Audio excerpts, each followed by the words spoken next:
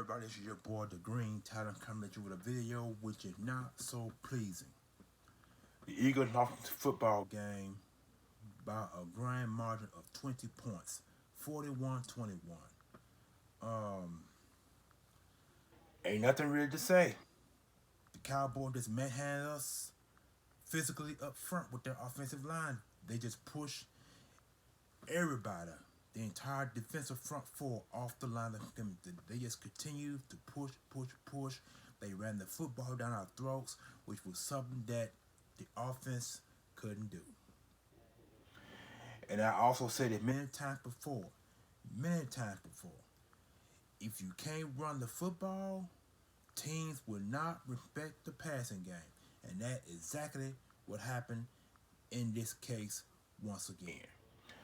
In the 49ers game, the Eagles failed to run the football. In this game against the Cowboys, the Eagles failed to run the football. And I think the Eagles only ran the ball 3 or 4 times in this entire game. So that means Jalen Hurts had to play from behind. And if you look at it, that's why he threw 2 interceptions. Because when you can't run the football, you are a victim to passing the ball on every down. To some point, teams are gonna feed off the pass, and they're gonna get interceptions or they're gonna knock down the balls. The Eagles were the victim of 2 interceptions in this football game. Hurts had only, I think, 1 touchdown in this game. I'm sorry, I think he had 2 touchdowns in the game. I believe 2 touchdowns, 2 picks. But with it all said, boiled and done, when you are the victim of passing the ball at every down, at some point in time, you're going to be the victim of interceptions. And then when you run the football, you keep the pressure off the offensive line, and you keep the pressure off the quarterback. Nick Sirianni failed to run the football, and I don't understand.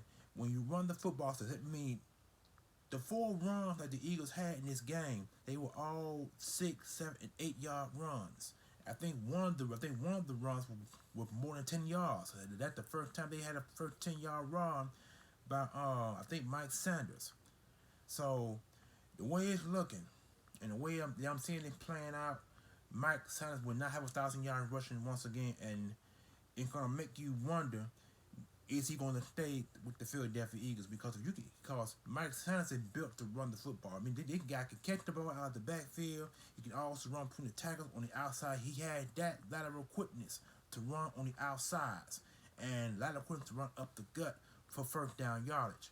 And I don't see this happening I don't see it happening in the second game. I definitely didn't see it happen in this game here, and it's frustrating to see my team struggle with the run like that. I mean,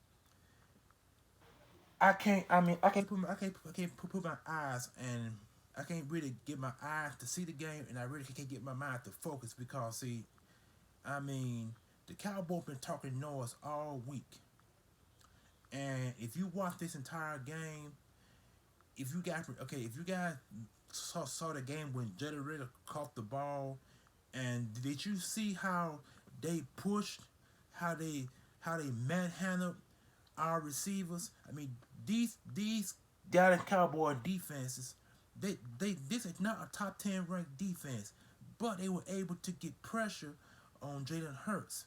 That's bad when a top lower ranked defense can get pressure on a top ranked offense. I mean, the Eagles got one of the top 5 ranked offenses in the NFL, but the way it's looking now, their offense is going to drop out of the top 10 because this is the second week in a row that they have not ran the football. This is the second week in a row that Jalen Hurts had less than 200 yards passing. Last week game he had 190 yards. This game, I don't think he even had 200 yards passing. If he had 200 yards, it was barely. I mean, this is some crazy stuff that I'm seeing, and I can't really say what I really want to say. So sometimes some opinions are best kept on the lock and key. So I'm gonna say this, and wow, I mean, well, I'm an Eagle fan for 41 years, and I'm not going to disrespect my team in no form or fashion, but I'm questioning the play calls. I can't question the player because the players I put on the field to play the calls that I play that are the plays that are called. So you can't say Jaden Rager was bad. You can't say Hurst was bad.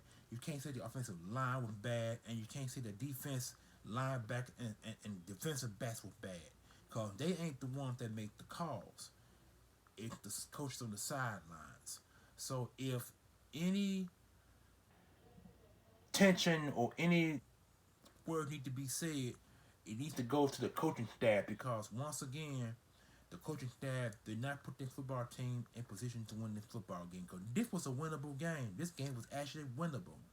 Now the 49ers game was a different story. That's a different ball court right there. The Falcons game, we barely won the Falcons game, but we managed to put up 30 points in this game. In that game, we didn't put 30 points in the last week's game, and then put 30 points in this game. We scratched and scraped to get 21 points, and by that time, the game was already out of reach because Dak Prescott threw for 3 touchdown passes. He threw the boy threw for 3 touchdown passes and 1 pick, and the other 2 touchdowns were runs. So, I mean, this is just a complete debacle of of the play calling standpoint because this is really the play calling. So, like I said, you can't put the faults on the players because the players are put on the field to play the plays that are called. Defense, offense, special teams. So, like I said, it falls on the coaching staff. That's who it falls on. So, this week, I'm not sure who we played. I think we played I think it's either Carolina Panthers we played this week or Tampa Bay Buccaneers. Whichever team that we play, I'm not gonna say it's a win. I'm not gonna say it's a loss. So I'm gonna keep my mouth zip on that. So, but one or two teams we play next coming up, and I hope that Nick Sirianni get his priorities in check and start running the football because when you can't run the football or if you abandon the run because like I said they ran the ball 4 or 5 times in this game and the rest of the way they just went to pass happy. I mean I'm seeing the same thing or the same deja vu that I'm seeing that what Doug Peterson would do. Doug Peterson was doing the same doggone thing. He would get constantly throwing the football. You know what I'm saying? But he failed to run the football once again. And the way it's looking the same way. They are not calling run plays. And everybody know in the NFL when you successfully run the football like the Cowboys did, you fall victim to the play action and you fall victim to the run. Cause the Eagles defense was on their heels between the second, third, and fourth quarter. They were on their heel because they didn't know what was coming at them. Dak Prescott played a hell of a game for him to miss 251 games prior to the injury he had last year after going out with an ankle with a broken ankle. He came back and he proved a point. And when you prove a point, you're going to win football games. And this is what the Eagles have failed to do. They went into Dallas and they failed to prove a point. And their point was they only had 1 point, and that's to run the football. They failed to run the football. The Cowboys ran the football down the Eagles' throats in the middle and through the tackles, and they able to get that boy Tony Pollard out on the edge runs. So they didn't know who or where to guard. Eagles failed victim to the passing game because Marvin Cooper had a pretty good game. CeeDee Lamb had a so-so game. He didn't get nowhere near. He might I think he got over 60 yards catching, but the Eagles did really well containing Cooper and CeeDee Lamb. They did really well, but the Eagles just could not stop the run. And this is the second week in a row they failed to stop the run. Because you know why they failed to stop the run? because the offense could not keep them on the sideline to rest. When you go 1, 2, 3 out every time, and when you don't chew up the clock, because everybody knows when you run the football, you chew up the clock. That's the only way the clock is chewed when you run the football. The Eagles had some like 15 or 20 minutes of clock time. The other 35, 40 minutes went to the Cowboys. So what does that tells you? That means that the Cowboys chewed the clock by running the football. And all credits due. The Cowboys won the football game. They won it respectively. They manhandled our offense. They manhandled our defense. The Eagles didn't see what was coming at them. They didn't know who to protect, who to watch out for, and who to keep their eyes on. They failed in all those categories because Dak Prescott kept them on their heels on every play, action, pass, and he did it. And that is a shame. But I'm gonna say this right here. I hope the Eagles take this as a learning curve because the next two teams who they play, I think it's Tampa Bay or the Panthers in Tampa Bay. They got to play one of those teams, and we all know Tampa Bay are the Super Bowl champions, even though they lost, even though they lost last week, I believe, because they 2-1, and the Panthers are 3-0. So you still got two good teams we got to play. So if you think about it, the Eagles had a low play schedule where a lot of the teams that they played didn't make the playoffs. Now these teams are good, and that schedule and that number schedule has actually changed. It changed from being mediocre to probably a top 5 ranked schedule because Tampa Bay are a Super Bowl championship team and are expected to return to the playoffs. The Panthers are expected to make the playoffs this year, and the 49ers are expected to make the playoffs this year. And the way the Cowboys are winning the football game, the way they won that football game, there's a good possibility they can make the playoffs because now they just showed a what they call a scale of percentages of the 4 teams to win the NFC East. The Cowboys had 64%. The Eagles had 20%.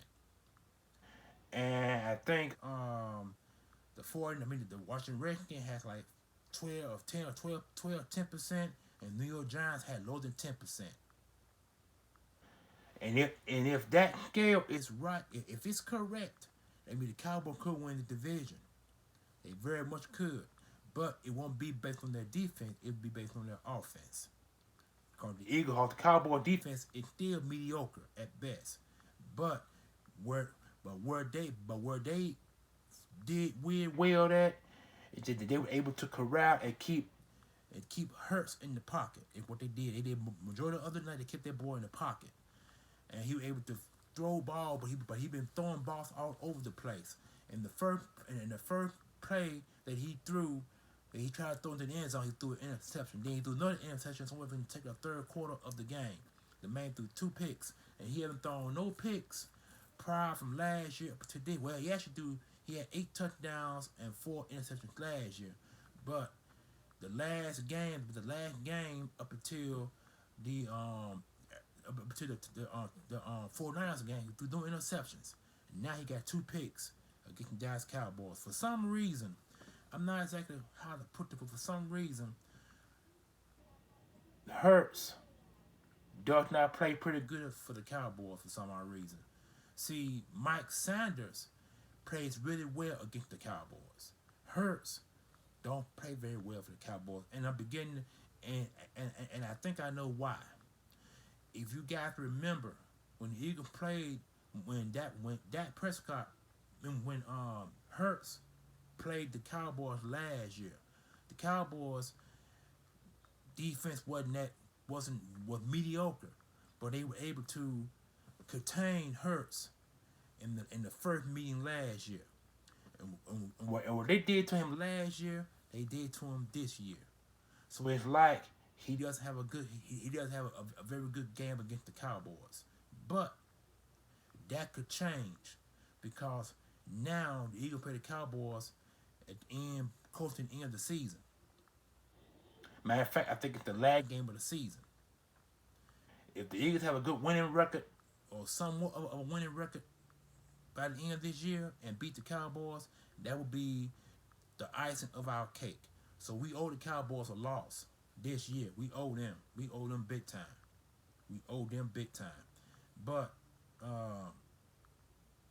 the Cowboys pretty much put the blueprint out to Jalen Hurts. And it is what it is. You know what I'm saying? So, wow. You can off this football game. It's a debacle loss. It's a debacle loss. When you can't run the football, you fall victim to interceptions. You fall victim to sacks. You fall victim to hits, pops, knockdowns, etc., etc., etc. So I'm gonna end the video on a good note because it was a horrible game, but I'm ending on a good note. Subscribe, comment, share, and like. This is your boy, the Green Talons. The Eagles on this football game. 41-21. Lost by 20 points. Wow. This is your boy, hard out. Going out, on, like I said, on a good note. It is what it is. To all my YouTubers out there, Philly Notion. I can't wait to hear what you got to say about this football game. Philly 500, LB, Philly Notion, Philly Mike, all of y'all out there. I want to hear y'all report about this, because if it's anything like what I just said on my video, y'all know exactly where I'm going to coming from. So it's your boy Hard Out. Peace. Enjoy.